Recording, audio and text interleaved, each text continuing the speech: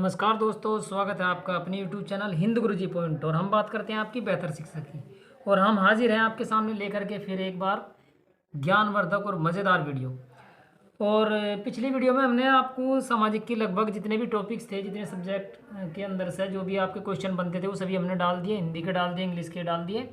अब आपका शुरू होता है छात्राओं के लिए गृह विज्ञान का। तो आइए देखते हैं कि किस चैप्टर में से कितने इंपॉर्टेंट क्वेश्चन आपके जो बहुविकल्पीय प्रश्न 20 नंबर के आपके आएंगे पेपर में, वो किस चैप्टर से इंपॉर्टेंट होने के नाते आपके जो बनते हैं वो हमने आपके इसमें जो आपका जो भी वीडियो है इसमें समावेश करके आपके सामने रखा है। तो आइए ज़्यादा समय न लेते हुए करते हैं अपनी वीडियो को शुरू। तो आज का हमारा पहला चैप्टर है शिक्षक द्वारा प्रदर्शित बजट का प्रदर्शन। चलते हैं, पहले क्वेश्चन है, बिल्कुल समय वेस्ट नहीं करना, सीधा क्वेश्चन पढ़ना है, ऑप्शन लगाना है, बस इससे ज़्यादा और कुछ नहीं। पहला प्रश्न है, एक निश्चित अवधि के लिए पारिवारिक आय व्यय की पुनर्नुमान को कहते हैं। यानी कि एक निश्चित टाइम जो देते हैं उसमें जो आय और व्यय यानी कि कमाई और खर्च का जो पूर्वानुमान हो, जो पहले से ही अंदाजा लगाया जाए, उसे क्या कहते हैं? आय का विवरण, व्यय का विवरण, या पारिवारिक बजट, या घरेलू हिसाब किताब। तो देखो इसे ही कहते हैं पारिवारिक बजट, और यही आपका राइट आंसर हो जाएगा गैर। चलते हैं अगले प्रश्न में, प्रश्न नंबर 2, पारिवारिक बजट का कौन सा मुख्य पद नहीं है?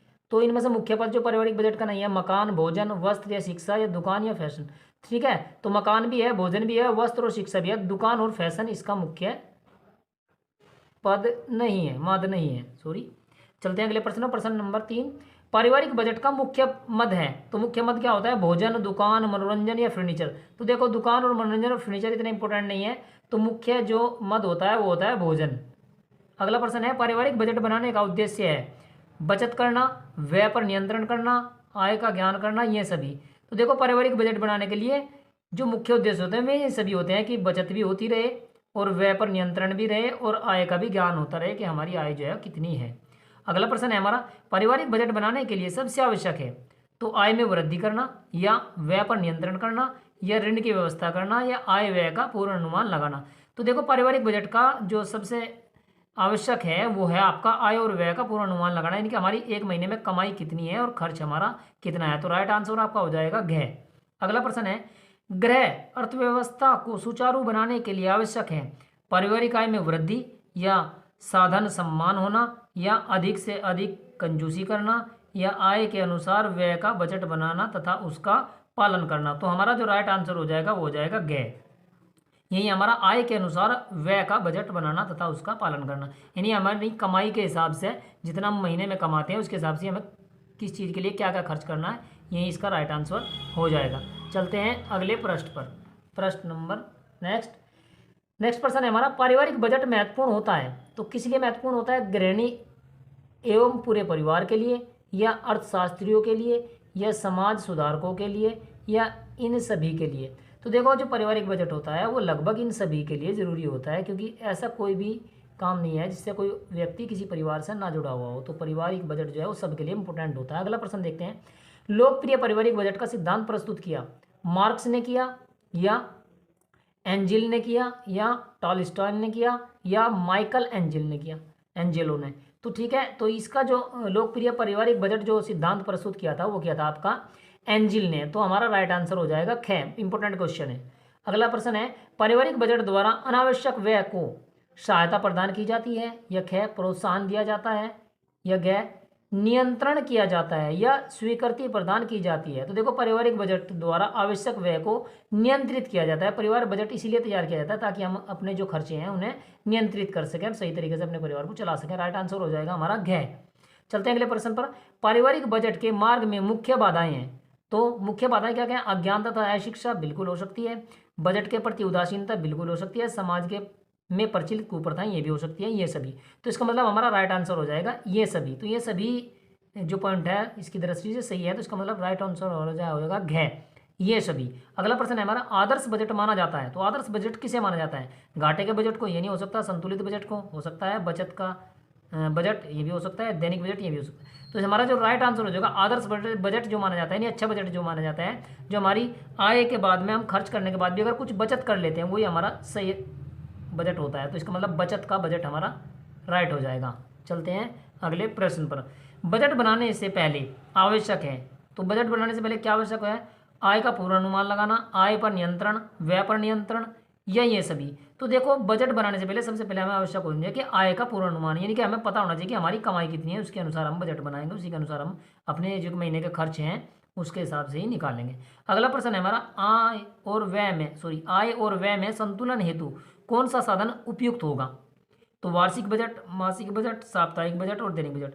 तो देखो आय और व्यय में संतुलन बनाने के लिए सबसे जो उपयुक्त साधन होता है वो होता है मासिक बजट, यानी महीने का बजट। एक महीने में हमारी तनख्वाह कितनी है और एक महीने में हमारे खर्च कितने हैं। तो चलते हैं अगले प्रश्न पर, और आगे आपका नेक्स्ट चैप्टर बजट वाले में से जितने क्वेश्चन बने थे वो हमने बता दिए। अब आते हैं आय और व्यय और बचत। अब आय मतलब जो हमने महीने की जो हम कमाते हैं, व्यय जो हम महीने में खर्च करते हैं, और शेष जो बचता है, यानी कि कमाई जितनी होती है उसमें से व्यय को घटा करके जो शेष बचता है वही बचत होती है। ये हमारा चैप्टर है आय व्यय और बचत। चलते हैं इसके पहले प्रश्न पर। आय व्यय में संतुलन हेतु निम्नलिखित में से कौन सा साधन उपयुक्त होगा? तो वार्षिक बजट होगा, मासिक बजट होगा, साप्ताहिक बजट होगा या दैनिक बजट होगा। तो इंपॉर्टेंट क्वेश्चन भी है ये परीक्षा की दृष्टि से, और हमारा जो राइट आंसर हो जाएगा मासिक बजट, यानी महीने का जो बजट होता है वही इंपॉर्टेंट होता है। निम्नलिखित में से कौन सी वस्तु पूंजी नहीं है? तो पूंजी कौन सी चीज़ नहीं है? 10 का नोट, फैक्ट्री या भवन, टैक्सी या औजार। देखो 10 का नोट भी पूंजी है, फैक्ट्री या भवन भी पूंजी है, टैक्सी भी एक पूंजी है, लेकिन औजार जो होते हैं वो पूंजी नहीं है। इसका मतलब राइट आंसर हो जाएगा हमारा घ। बचत का मुख्य प्रयोजन क्या है? तो भविष्य के आवश्यक और आकस्मिक व्यय के लिए, या मनोरंजन के लिए, या सुख प्राप्ति के लिए, या विलासिता आवश्यकों की पूर्ति के लिए। तो देखो बचत का जो मुख्य प्रयोजन है वो है भविष्य में आवश्यक और आकस्मिक व्यय के लिए, नहीं अचानक कोई खर्च पड़ जाए, कोई बीमार हो जाए, कोई काम करना पड़ जाए, तो उसके लिए बचत का में मुख्य प्रयोजन होता है। बचत को सुरक्षित, नेक्स्ट प्रश्न है, बचत को सुरक्षित रखने के प्रमुख साधन है। तो बॉक्स में रखना, बैंक में जमा करना, या पड़ोसियों के घर में रखना, इनमें से कोई नहीं। तो देखो बचत करने का सबसे जो सुरक्षित रखने का जो प्रमुख साधन है वो है बैंक में जमा करना। अगर हमारे पास कुछ पैसे बच जाते हैं तो हमें अपनी बचत जो है वो बैंक में जमा कर देनी चाहिए। यही हमारा राइट आंसर हो जाएगा। बचत आर्थिक सुरक्षा का साधन है स्कूली बच्चों के लिए, पड़ोसियों के लिए, स्वयं तथा आश्रितों के लिए, या मेहमानों के लिए। तो सीधी सीधी बात है, स्वयं यानी अपने लिए, और अपने आश्रित जो हमारे उस पर जो डिपेंड करते हैं उन्हीं के लिए जो बचत जो है आर्थिक सुरक्षा का साधन है। हमारा राइट आंसर हो जाएगा घ हो गया। अगले प्रश्न पर चलते हैं। यदि पारिवारिक आय में व्यय कम हो तो शेष धन को कहते हैं फालतू धन, अनावश्यक धन, पारिवारिक बचत, या व्यावसायिक आय। तो देखो अगर यदि परिवार में आय से व्यय कम है तो पारिवारिक बचत होती है, यानी अगर हमारी कमाई ज़्यादा है और खर्च कम है तो उसे पारिवारिक बचत कहेंगे। यही इसका राइट आंसर हो जाएगा। चलते हैं अगले प्रश्न पर। अगला प्रश्न नंबर 7, निम्नलिखित में से किससे निसंचय कहेंगे? इन्हें निम्न में से किसे निसंचय कहेंगे? तो व्यय के बाद बचे धन को जमीन में गाड़ देना चाहिए, या उपलब्ध धन की तिजोरी में बंद करके रखना चाहिए, या कीमती आभूषण बनवाने को, या उपयुक्त सभी को। तो ठीक है, तो संचय के लिए ये सारे के सारे ही उपयुक्त हो जाएंगे, उपयुक्त सभी को। ये इसका राइट आंसर हो जाएगा घ। माफ कीजिएगा। चलते हैं अगले प्रश्न पर। बैंक में कम से कम कितनी राशि में खाता खोला जा सकता है? तो देखो क 1000 बिल्कुल खोला जा सकता है, ख 200 में नहीं खुलता, ग 100 में भी खोला जा सकता है, और ग 500।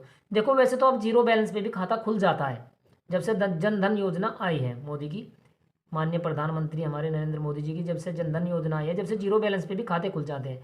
लेकिन कम से कम 100 रुपये में तो खुलता ही है। ठीक है, तो कम ये जो 4 ऑप्शन दिए इनमें सबसे कम है 100, तो इसका मतलब 100 रुपये में भी खाता खुल जाता है। अगर यहाँ पे ऑप्शन होता जीरो तो जीरो बैलेंस पे भी खाता खुल जाता है। यहाँ इन्होंने कहा कम से कम धनराशि, तो 100 रुपये कम से कम धनराशि होनी चाहिए। चलते हैं अगले प्रश्न पर। किसी शुभ अवसर पर दिया जाने वाला चेक कहलाता है? तो इसे क्या कहते हैं? ट्रेवलर चेक, या क्रॉस चेक, या उपहार चेक, या ऑर्डर चेक। देखो अगर किसी को हम शुभ अवसर पर यानी किसी की शादी ब्याह में अगर कोई चेक देते हैं तो उसे हम सीधी सी बात है उपहार के तौर पर दे रहे, तो उपहार चेक वो हो जाएगा। राइट आंसर होगा हमारा ग। चलते हैं अगले प्रश्न पर। जीवन बीमा मुख्य रूप से सुरक्षा का साधन है, स्वयं के लिए है, पड़ोसियों के लिए है, आश्रितों के लिए है, किसी के लिए नहीं है। देखो जो जीवन बीमा हम कराते हैं, ठीक है, लाइफ इंश्योरेंस जो कराते हैं वो हमारे परिवार के जो आश्रित हैं, जो हमारी आय है उस पर डिपेंड जो करते हैं। अगर कल को हम ना रहें तो उनके लिए ही वो जीवन बीमा एक फ़ायदे का काम होता है, यानी कि आश्रितों के लिए, हमारे बाद जो उस हम पे आश्रित हैं वो उस बीमे का लाभ उठा सकते हैं। चलते हैं अगले प्रश्न पर। उपहार चेक की राशि होती है तो उपहार चेक की राशि कितनी होती है? 25 रुपये, 21 रुपये, 30 रुपये, 50 रुपये। तो इनमें अगर पूछा जाए तो उपहार के रूप में हम हमेशा 21 रुपये ही देते हैं और यही हमारा राइट आंसर हो जाएगा, 21 रुपये। अगर वीडियो आपको लग रही हो कि मैं थोड़ा जल्दी बोल रहा हूँ, जल्दी जल्दी खत्म करें, तो आप लोग वीडियो को थोड़ा रोक रोक करके भी देख सकते हैं, क्योंकि अब समय कम रह गया है, परीक्षा नज़दीक है। तो हम भी सोच रहे हैं कि ज़्यादा से ज़्यादा आपका जो भी इसके अंदर छात्राओं के लिए जितने भी गृह विज्ञान के जितने भी इंपॉर्टेंट क्वेश्चन हैं उन सब का समावेश कर करके हम वीडियो के अंदर आपको डाल दें, ताकि आपको कंप्लीट एक तैयारी मिल जाए। चलते हैं अगले प्रश्न पर। संचय का जमा खाता किसके लिए लाभदायक है? तो वृद्धों के लिए, स्कूली बच्चों के लिए, नौकरी करने वालों के लिए या गृहिणी वर्ग के लिए? तो देखो ये संचय का जो जमा खाता होता है वो स्कूली बच्चों के लिए होता है, यही हमारा राइट आंसर हो जाएगा ख। यूनिट ट्रस्ट ऑफ इंडिया योजना किस वर्ष से प्रारंभ की गई? वेरी इंपॉर्टेंट क्वेश्चन है, कितनी बार परीक्षाओं में पूछा भी जा चुका है। ठीक है, तो 1967 में की गई, 1966 में, 1964 में या 1974 में? तो ये जो यूनिट ट्रस्ट ऑफ इंडिया योजना की जो शुरुआत हुई थी वो हुई थी सन 1964 का। राइट आंसर हमारा हो जाएगा 1964। चलते हैं अगले क्वेश्चन पर। अगला क्वेश्चन है हमारा, दैनिक जीवन में किसकी बचत अति आवश्यक है? तो समय की, धन की, श्रम की, इन सभी की। तो देखो दैनिक जीवन जो हमारा है, रोजमर्रा का जो जीवन है जिसमें हम कमाते हैं, दिन भर काम करते हैं, फिर खाते हैं, आराम करते हैं, तो इनमें इन सभी की जरूरत है, यानी समय भी हमें लगता है, धन भी और श्रम भी, सभी की जरूरत है। तो इसका मतलब राइट आंसर हमारा हो जाएगा इन सभी की जरूरत है। नंबर 1 सॉरी अगला प्रश्न, सरकारी कर्मचारियों की सेवानिवृत्ति के उपरांत प्राप्त होता है। तो जब कोई सरकारी कर्मचारी होता है, जब वो रिटायर हो जाता है तो उसे बाद में क्या मिलता है? उसके उपरांत क्या मिलता है? तो वेतन मिलता है। वेतन तो जब मिलेगा जब वो काम करेगा। बोनस जब मिलता है, जो साल के अंत में उसे कोई बोनस मिला जाता है। इन सभी में कुछ नहीं। तो इसका मतलब जब हम सरकार किसी भी सरकारी पद से रिटायर हो जाते हैं, सेवानिवृत्त हो जाते हैं, तो हमें पेंशन के रूप में सरकार से पैसा मिलता है, तो उसी बोलते हैं हम पेंशन। यही हमारा राइट आंसर हो जाएगा। अगला प्रश्न, बचत की आवश्यकता है मनोरंजन के लिए? जी नहीं। बंगला खरीदने के लिए? जी नहीं। भविष्य की आकस्मिक खर्चों के लिए? जी हाँ, हो सकता है ये सभी। ठीक है, तो मैं बता दूं कि बचत की आवश्यकता तो हमें इन सब चीज़ों के लिए है, तो हमारा राइट आंसर हो जाएगा घ। भाई मनोरंजन भी चाहिए, घर मकान कुछ खरीदना है उसके लिए भी चाहिए, और भविष्य में आकस्मिक अगर खर्चा है तो उसके लिए भी हमें चाहिए। चलते हैं अगले प्रश्न पर। जीवन बीमा का मुख्य उद्देश्य है शादी विवाह के लिए धन उपलब्ध कराना? जी नहीं। बीमा धारक को आर्थिक सुरक्षा प्रदान करना? हो सकता है। अधिक ब्याज देना? जी नहीं। बीमा धारक के आश्रितों को आर्थिक सुरक्षा प्रदान करना? तो इसका जो राइट आंसर हो जाएगा वो हो जाएगा ख, क्योंकि बीमा धारक को आर्थिक सुरक्षा प्रदान करना, अचानक अगर कोई बीमा धारक है और वो एक्सपायर हो जाता है तो उसकी आर्थिक रूप से नहीं, पैसे के रूप में उसे उसकी जो है कुछ ना कुछ फायदा उसे हो जाता है, तो वही होते हैं आर्थिक सुरक्षा प्रदान करना। अगले प्रश्न को देखते हैं। किसान विकास पत्र योजना है जीवन बीमे की है, डाक खाने की है, बैंक की है, इनमें से कोई नहीं? तो मैं बता दूं, क्योंकि मैं भी एक किसान परिवार से हूँ, किसान विकास पत्र योजना जो है वो एक डाक खाने की योजना है, यानी पोस्ट ऑफिस की योजना है। राइट आंसर हमारा हो जाएगा डाक खाना। चलते हैं अगले पेज पर। बहुत इंपॉर्टेंट क्वेश्चन है और छात्राओं के लिए तो ये व्यवहारिक जीवन में भी इस चैप्टर का बहुत महत्व है, परीक्षा की दृष्टि से नहीं, मतलब अपने परिवार की दृष्टि से भी, पारिवारिक दृष्टि से भी ये बहुत इंपॉर्टेंट है। घर की साफ सफाई ठीक है, साफ सफाई वाला क्वेश्चन है। स्वच्छ भारत अभियान भी चल रहा है। ठीक है, और चलते हैं अपने पहले क्वेश्चन पर। घर की घर की साफ सफाई से आशय है, यानी घर की जो साफ सफाई से है उससे क्या मतलब है, क्या आशय है? तो घर में गंदगी का न होना, ख, घर के सामान का बाहर दिखाई न देना, या घर का सुसज्जित होना, या नित्य झाड़ू एवं पोछा लगाना। तो देखो घर की साफ सफाई का मतलब होता है कि घर में गंदगी न होना, तो हमारा क्या ऑप्शन राइट हो जाएगा, यही वाला। घर की सफाई के लिए आवश्यक है कूड़ा करकट फैला देना? जी नहीं। नियमित सफाई करना, कुछ न करना, ये सभी। तो देखो सीधी सीधी बात, अगर आप थोड़ा सा भी IQ लेवल आपका सही होगा तो आप ऑप्शन, अगर वहाँ पढ़ा हुआ भी नहीं आ रहा है क्वेश्चन, एक दो क्वेश्चन ऐसा भी आ गया तो आप तब भी से लगा दोगे। सीधी सीधी बात है। तो नियमित सफाई करनी, नहीं रोजाना सफाई करना। आंगन की नाली को प्रतिदिन धोना चाहिए? DDT पाउडर से, चूने से, फिनाइल से, या गर्म पानी से? तो सीधी सी बात है, जो हमारे आंगन की जो नाली होती है उसे धोना चाहिए तो फिनाइल से धोना चाहिए, जिस ताकि उसमें कीटाणु बैक्टीरिया वगैरह जो भी होते हैं वो सब नष्ट होते रहें। गंदगी में सबसे अधिक पनपते हैं मच्छर पनपे, मक्खियाँ पनपे, कॉकरोच पनपे, या रोगाणु? तो देखो गंदगी में सबसे ज़्यादा रोगाणु पनपते हैं, जिससे हमें रोग फैलता है, इसलिए साफ सफाई रखेंगे तो रोगों से बचे रहेंगे। अगला प्रश्न है, धूल भरी आंधी आ जाने पर की जाने वाली सफाई को कहते हैं? देखो मैं बता दूं आपको, एक तो होती है दैनिक सफाई जिसे हम रोज़ रोज़ करते हैं, जैसे झाड़ू लगाना। एक होती है साप्ताहिक सफाई, ठीक है, जो एक हफ्ते में करते हैं। एक होती है मासिक सफाई जो एक महीने में करते हैं। एक होती है वार्षिक सफाई जो हम एक साल में करते हैं, यानी त्यौहार वगैरह पर करते हैं। अच्छा, जो ये इस तरीके की सफाई पूछ रहा है कि धूल भरी आंधी आ जाने पर की जाने वाली सफाई को क्या कहते हैं, तो दैनिक सफाई मैंने बताया जो रोज़ रोज़ की जाती है, तो ये नहीं हो सकता। वार्षिक सफाई जो वर्ष में एक बार की जाती है। आकस्मिक सफाई हो सकता है, अनावश्यक सफाई ये भी नहीं हो सकता।